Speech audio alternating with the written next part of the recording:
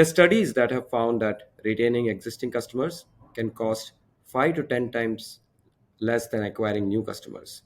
While new customers are important in current times when revenue leaders are being asked to do more with less, focusing on existing customers can prove as a survival tactic in current times of uncertainty. And RevOps plays a crucial role in driving this retention and reducing customer churn. Let's explore more on this topic with our guest today. We are joined by no other than Sid Kumar, who is the SVP of RevOps at Hubspot. Sid has been cited among the top 100 RevOps leaders of our times. He has more than 2 decades of experience in driving revenue growth and profitability for businesses. He has a passion for building, scaling, and leading high velocity go to market organizations to accelerate their revenue growth. Hi, Sid. Thank you so much for joining us today. How are you doing today? I'm doing great. Thanks so much for having me on the show. Excited to chat with you, BG. Yeah, my pleasure, and glad like we could take time from your busy schedule and able to schedule this. So very excited for the episode today. So I'd like to get started with first of all congratulating you on making it to the top 100 RevOps leaders of 2022. It's amazing to see the work you've been doing and also like your thought leadership for the RevOps community. So it'll be great if you can like maybe give a brief introduction about yourself, hear a little bit about you, your background, and then we can get started from there. Sure, no, happy to do that. So right now, I lead our what we call our flywheel go-to-market strategy and operations teams here at HubSpot.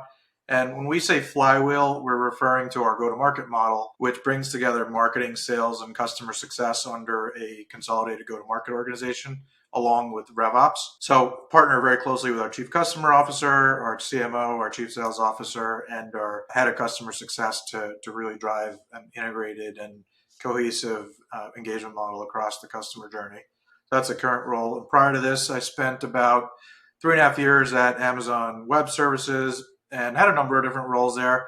Most recently, there it was leading field sales operations for the Americas, and prior to that, was responsible for building and launching what we called our Cloud Sales Center, and that was our global scale go-to-market model, which really connected top of funnel through to revenue. And then prior to that, I spent 13 years at a company called CA Technologies, now part of Broadcom, across a number of different roles, everything from finance, strategy, ops, to leading a customer success organization, and then ultimately building and launching a digital sales organization that helped us go down market after the commercial space. So really passionate about this topic of go-to-market and as you mentioned earlier, high velocity go to market, and how do you build scalable and repeatable motions that help companies grow. So great to be here.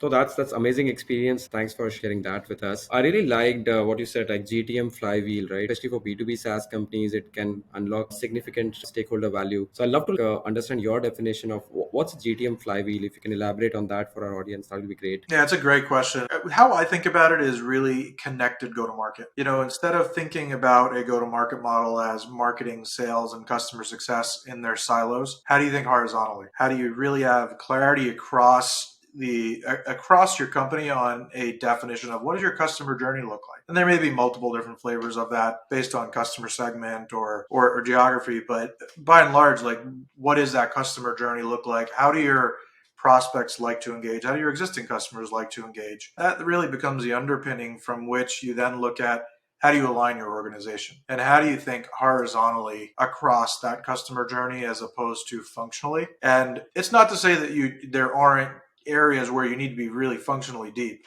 There are things that only marketing is going to really focus on and things that only sales is going to focus on, but really understanding what are those intersection points that bind those organizations together in the context of solving for the customer, I think is where the magic happens on this. Very interesting. And it's a very basic question, but I do ask like all my guests to define. There's a lot of talk about revenue operations in general, and this show here is all about revenue operations. I'd love to know your definition of RevOps. How do you define it? Yeah, I think of RevOps as the go-to-market COO. I specifically say go-to-market because it's not just about marketing. It's not just about sales or not just about customer success. It goes back to that theme around connection. And how do you bring these teams together, align them around the common mission, which is serving your customers, your prospects, your partners. And in that context, if you do that well, then revenue growth and new customer acquisition becomes an outcome of that. So I think of it as connected, a go-to-market CEO in this context of a connected go-to-market model. But I also think of it as the people, the process, the mechanisms, the data, the systems, and really the operating system that can drive scaled growth. And I think there's a difference between what ops has traditionally been, viewed as in many cases was traditionally more back office and helping and being a almost like the sidekick to sales or to marketing or to CS. But now this is really like, how do you become a joint business partner? How do you help your business partners see around corners and balance strategy in addition to helping the business run with excellence and with operating rigor? Got it. Got it. No, that's like one of the most elaborate definition of RevOps I heard.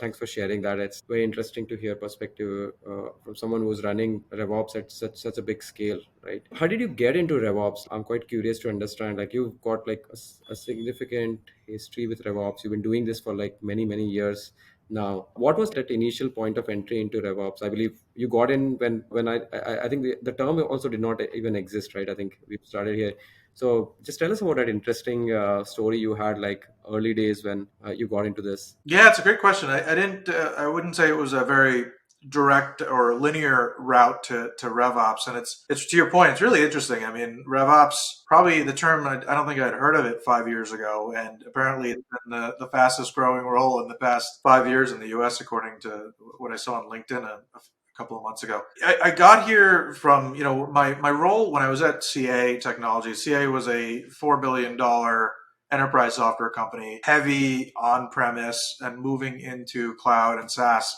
in the back part of its existence as a standalone company. And when we were diversifying the product portfolio, what we realized is we didn't have a go to market model that would help drive scale, velocity, do it in a cost effective and efficient manner to go after mid market SMB in a very sort of disciplined way. And that's where I had the opportunity to go build a digital sales organization from scratch, something I hadn't done before, but had a finance strategy and operations background before that, but really got to understand the nuts and bolts of a connected go to market for the first time and really think about that connection between top of funnel. How do you think about the connection between marketing, between sales, customer success, and bringing all that together? And prior to that, I'd mentioned I built and ran a customer success org. So I had the opportunity to go touch and directly build a number of different components of what today we would call RevOps, but really on the other side as a practitioner of running those teams as a sales leader, marketing leader, customer success leader. It was after that point, I just really, what I found was I really enjoyed bringing all that together. It was I have a finance and ops background, and it was bringing that mindset to go to market. At that point, I really realized I really enjoyed that side of the role. I liked both sides, but I said, let me be very close to go to market, but on the RevOps side of it. And when I went, so after I left that role, joined AWS, and it was my first RevOps role in an official RevOps sense. And I don't even think it was called RevOps at that time, but it was the terminology was starting to come out. But it was really around strategy and operations, and how do you bring those together as a go-to-market COO. That's when I really started thinking about it that way, was when I got to AWS. And obviously very different scale, very different customer base and profile, but it was taking some of those learnings from having done it at CA as a practitioner and really think about how do you go build a scalable go-to-market strategy model that gives you the flexibility and agility for a very large and growing enterprise. So that was how I got into it, and then continuing on that journey here at HubSpot in a slightly different context and really focused on the SMB space. Nice, fascinating. Well, great to see that you've been like practitioner yourself. You've done all these various roles and then got all of this together, and then now living that RevOps dream that we all are seeing unfold in front of us. That's amazing. I'm quite curious to understand like how a company like HubSpot, which is amazing at its own go-to-market does RevOps? Can you just maybe throw some light around how big is your team, or what's the structure like to operate at that scale for a RevOps organization? Yeah, no, it's a great question. I really think of RevOps as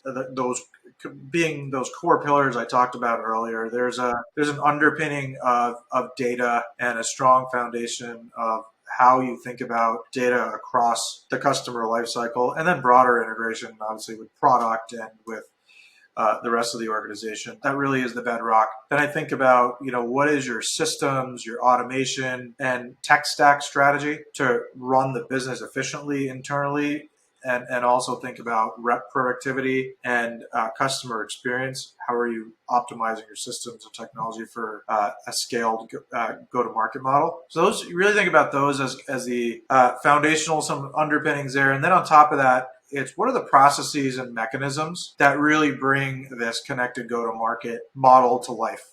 How do you bring marketing, sales, customer success together? How do you drive that alignment with product, with finance, with people, operations, et cetera? Ultimately, in the context of, again, working backwards from that customer journey. So a lot around the mechanisms and cadences that RevOps can drive with clear success metrics to help the organization stay focused. And then on top of that, really is people and talent, which is really where all this comes together. It's what does your organization need to look like? What's a talent you need in this organization? How does that differ from the talent from 5 to 10 years ago when it was sales ops or marketing ops, and that pivot now to rev ops, right? So those are some of the core elements that I think about. And so I lead a group within the broader RevOps organization that's focuses on go-to-market strategy and operations across marketing, sales, customer success. So I have I have four pillars: is marketing, analytics, and insights. That team really works closely with our marketing team across acquisition, across conversion, across revenue marketing and brand. Really think about leveraging data and insights in a very fine-grained manner to go drive execution in the context of our programs, in the context of how do we continue to drive top of funnel in a systematic way and continue to accelerate the performance there. So that team is really closely tied there with marketing. Then I have a sales strategy and operations team, which includes our go-to-market COOs in region, who then work with our sales operations team to look at what are the horizontal capabilities that we need to help us drive more scale and efficiency. So there's the balance of what's done regionally versus what's done globally. Where can you get some efficiencies there? And then customer success strategy and operations. We talked a little bit about that earlier. Really, really important role, and especially in this context of customer success, renewal, retention, expansion. Really, really critical team there.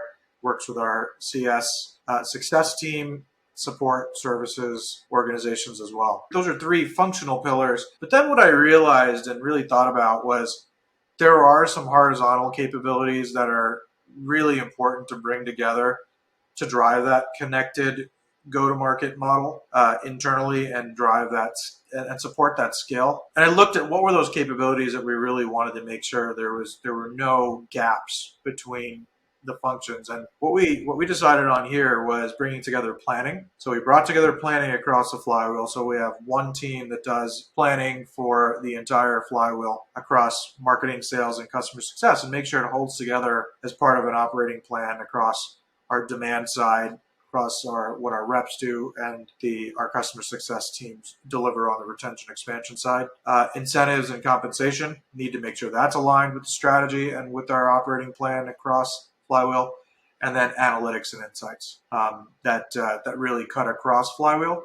And it's not to say that there isn't deeper analytics going on within each of the functional pillars, but there is a set of what are the core views, what are the KPIs, what are the North Stars across that customer journey that everybody on the flywheel just really needs to understand and be really familiar with on what role do they play across the board to help our customers move the needle forward. Does that make sense? It does. It does. It's a pretty elaborate structure, I must say. But yeah, I mean, that's what goes into drive like billions of revenue and efficiency across that GTM flywheel. I'm very curious to understand what's like the ultimate deliverable for a RevOps team. Like in your mind, what should a RevOps org be accountable for? Is it revenue growth, or productivity per rep, or Any other KPIs? It's a great question. I think this mindset on how you think about the role of RevOps is really, really important. Do you think about it as, as a go-to-market COO and a business partner, or do you think about it as a support function, right? And I think I've always thought about this as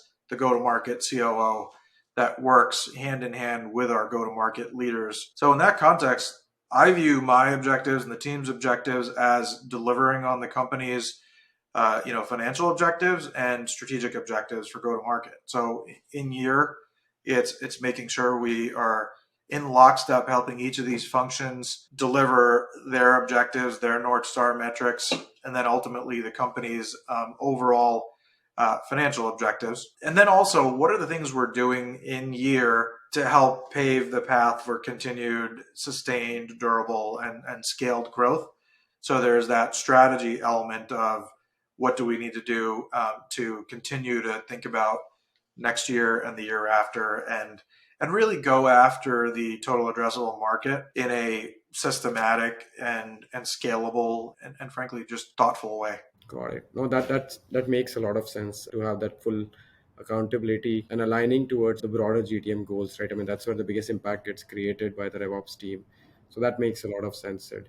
Let's move on to the topic of this episode, right? It is around customer retention, right? So farming is a big focus area and a key trend for 2023. A lot of companies are bracing for recession. Like, I don't think so. The recent banking chaos have helped the market in general. So everybody is going to like focus a lot more on their existing customers, renewing them, expanding with them, and new pipeline is getting harder and harder to form. So what's your take on this farming over hunting trend that we are all seeing, and it's a strong recommendation? Yeah, I don't tend to look at it as farming versus hunting. I just tend to look at it as you have your existing customers and you have your net new customers, and then how do you think about the go to market motion differently across both of those, right? So I see where you're going, but I'll probably frame it a slightly different way. I think about it as if you look at your existing customers, really think about it as a couple of phases. After your sales team is closing a transaction, working with your marketing team in the first phases of the customer journey. But a lot of organizations, I think, tend to stop there. And customer success has become a really big focus, obviously, over the past, I would say, 10, 15 years. And it's almost like where RevOps is today. I feel like customer success, the customer success movement started a number of probably about 10 years ago, and now it's one of those things you can't imagine not having, right? I think it's all about customer value, and once the customer signs a transaction with a company, it's about really understanding what were the use cases, what was the reason that they decided to go through a sales cycle with you as an organization, and are you carrying that promise through and helping make sure they get that value and that ROI. So I think about it as first is, are you helping them get adopted very quickly? Are you getting them activated? Are you helping them get time to value and up and running in a very short and reasonable period of time after that transaction happens? From there, it's really looking at and understanding what were the use cases that brought them to you in the first place. What if they're in a particular industry, there may be specific processes, specific areas that they were hoping to leverage the solution to go help them go faster in the context of specific functional or company objectives. How are you mapping back to those and helping drive the usage and adoption to go start fulfilling those use cases, after they get activated? So it's that usage, it's that adoption. That's something I think you just need to be very systematic and disciplined about after sale. And that's like your near term action after initial sale. When you think about retention and expansion, that's just an ongoing motion that is you're thinking about your entire install base. The renewal is an outcome. If a customer is getting value, you're engaged with your customer throughout their life cycle with you, the renewal becomes somewhat of a non-event. If they're getting value, they're addressing their use cases, and you then becomes a renewal. It's an event, and it's a point in time. And going back to the growth and expansion, it goes back to if they're getting value, they're achieving their initial use cases. You now start to think about, okay, can I expand those use cases? either with broaden the existing use case to other users within the department? Can I go to other lines of business and give you an opportunity to go cross sell? So I think you get acutely focused on making sure your customers are achieving the objectives they were seeking to achieve. Then some of these other, milestones or uh, points in the journey become just a more natural conversation. Now, it's not to say that you can't be very systematic about understanding renewals and being very data driven about it. I'm not saying that at all. That absolutely, I think you need to be looking at, just like new customer acquisition is a big focus. How do you go think about the balance of renewing your customers on time, and looking at opportunities to expand your relationship with them? I think you have to balance both those objectives. But I just wanted to share that other earlier in the life cycle perspective that helps with that renewal conversation. I think it's a great answer, and I think it all starts from a clear, fast implementation, great time to value, and then like nurturing that relationship right through constant value addition. So like the renewal becomes natural, and then if you add value to the customer, you'll expand. Right, customer grows with you, you grow with the customer, and I think HubSpot has been like a great company. It has been very focused on adding value to its customers, be it like small companies to like large accounts. We've all seen how HubSpot has grown that way. So yeah, great to hear your thoughts around it, and it completely resonate with the current market conditions as well. I've heard you speak very passionately about getting the foundation of data right early on in any organization, focused on like putting right systems in place to ensure that RevOps can run smoothly.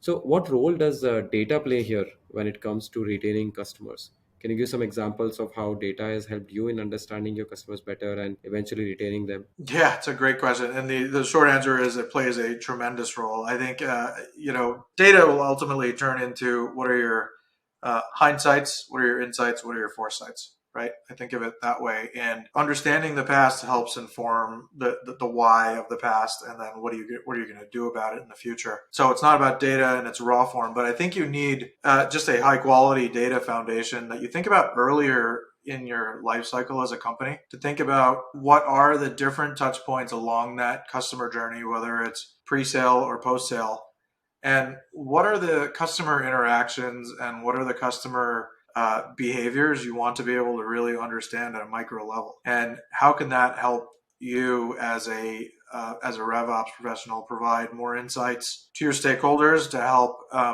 deliver more value to those customers at those different points in the journey. I'll just give you an example. If it's around that usage, it's really having the telemetry, the fine grained understanding of how a customer is using the solution. What are the different features? What are the different capabilities that they're using? Are they using it to solve the use cases that you had intended? And are there patterns across customers, for example, in a particular vertical or industry? Like, are all manufacturing customers using, or a majority of them using the technology or the system to drive a specific workflow that is very manufacturing specific, for example? Or if you're in legal, are they using it to drive specific contract and deal approval, due diligence workflows, just for example? And I think it's an opportunity to leverage those scaled insights to go back to other customers who may not be aware of those. And it's an element of, how does community play into this? How do you drive shared learnings and help customers up level themselves through a community based model? So that's just one example. I think also on the, I'll call it a little bit more on the retention and expansion side. How do you understand your installed base in great detail, and what are the signals between first party data, third party data, that give you insight into how your customers are operating and behaving, and where are the right points to have a broader conversation about expansion? Where does it make sense to go have a suite or platform discussion outside of an individual hub discussion in our context? Those are the types of insights we'll be looking at there. Yeah, very interesting. And I like the fact that you mentioned both first party and third party data, because I mean, it's absolutely critical to not just look at the external trends which the third party data can provide, but also what's actually going on within your accounts, what your team is doing with your customers. There's so much of value like connecting both and then making those targeted calls on where to focus on, right? I mean, especially for like a large company like yours, there's so much going around, right? So where to prioritize also becomes important. And I think data gives a lot of answers, right? If looked correctly. But yeah, that's great. That really helps get an understanding of how data can help with retention. There are also like various risks, right, with associated on churn. Churn is a killer for like most SaaS companies. So how can RevOps step up as a function to mitigate this risk from a customer retention standpoint? What are some of the top things that come to your mind? Yeah, it's a great question. I think it just building on the my prior answer. I think it's looking at signals, right? And I think it's looking at being very proactive in customer engagement across the life cycle. So you're really in touch with how your customers are thinking. How are they using the solution? Are you close with your POCs and executive stakeholders at those accounts? So I think there's certainly like an engagement side of it. Are you close to the pulse of your customer? What's happening there? How is their business evolving through everything that's happening right now in the macro environment? And are you helping them navigate those changes with the solution and bringing everything the company and your partners have to bear to help them navigate? That's just the I think you have to start there. And then I think it's the looking at the data side. How do you turn that data into the insights and predictive signals? I think that's where you start to look at the different elements of customer behavior. You start to look at some signals around intent, bringing those together to go look at what are the signals you're getting from a digital standpoint, from a usage standpoint, around how that customer is operating and engaging. I think you bring the qualitative and some of these quantitative signals together, it gives you a more holistic picture of what that engagement needs to look like. And then I think it really is around how are you going to engage? What does your coverage model look like? And I think there's all different models. I think it really depends on what your go to market model is, the type of customer segments you go after. But I think the role of digital engagement and one to many engagement is really important here. And then thinking about where does a human need to be involved? Where do you leverage AI and other scaled engagement models versus where do you need to have a human involved from beginning to end? I think those are the variables that go into that equation. I think are going to differ by company and by type of sale, by type of customer, type of segment you go after. But those are some of the inputs I would think about in terms of really staying proactive and not getting caught off guard in the context of churn. Does that make sense? Yeah, it does. Just expanding a little bit on that from leading indicator standpoint, right? You mentioned or signals as you call them. So what are some of the signals or leading indicators or key metrics that come to your mind from a customer retention measurement or just overall like, customer focus? What are the metrics that you think organizations should track more actively? Yeah, I think a really big one is really thinking about how do you tie usage to value, and the answer to that is going to be very different by solution by company. If you think about your solution, how can you get indicators from the usage of that solution by your customers that they're getting value and addressing the use cases that they needed? And it could be specific features. It could be specific workflows that they're activating. It could be amount of data that they're ingesting into the platform, number of messages. Like those actual variables are going to be pretty different by customer and by company. But I think it's really getting clear on what value means to a customer and how do you work backwards from that to get signals and leading indicators to that. But I think looking at things like time to first engagement, from the time of sale to when you engage from a services or from a partner standpoint to get them onboarded and activated, those are signals we look at.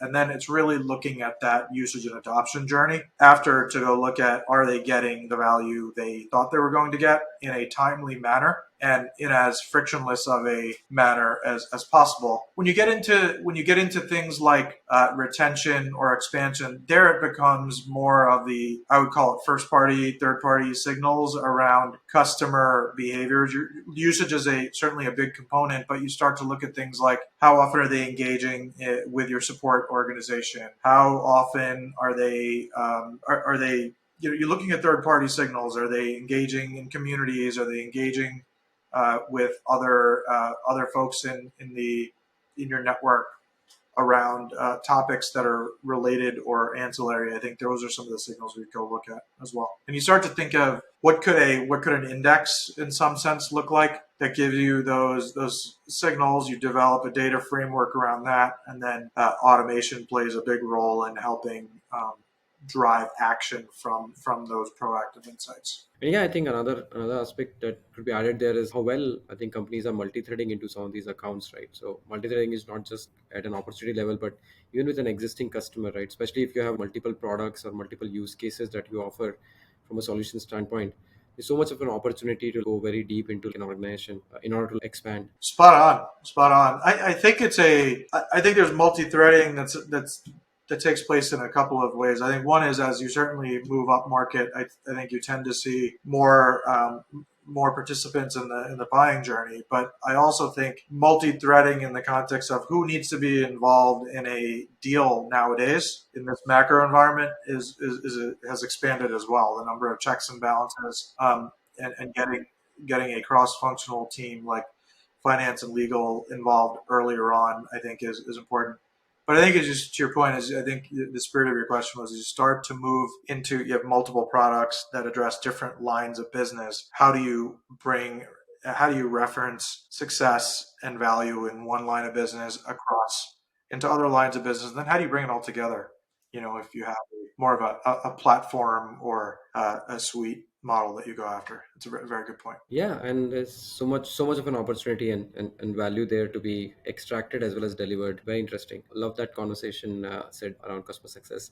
So moving back to RevOps now, as a RevOps leader, what's the number one challenge you want to solve for this year? Or maybe let's get to top three. But yeah, I'd love to hear what are you focusing this year on? Yeah. It's a very good question. I think I would say the number one thing is agility. Is thinking about the frameworks, the processes, the capabilities that enable our organization to really stay agile and be able to see signals and be able to go pivot on them. So I think of RevOps is playing a really big role in that context. So we're doing a lot there. You mentioned that RevOps today is what customer success was a decade ago. Let's talk about future, right? And fast forward next 5 years, where do you think RevOps is going to be? Where it's headed from now? Yeah, no, that's a good question. I think it becomes a C-suite role. I really do, and I think it because of the balance of this becoming such a strategic aspect to go to market. You see the growth in it over the past 5+ years, and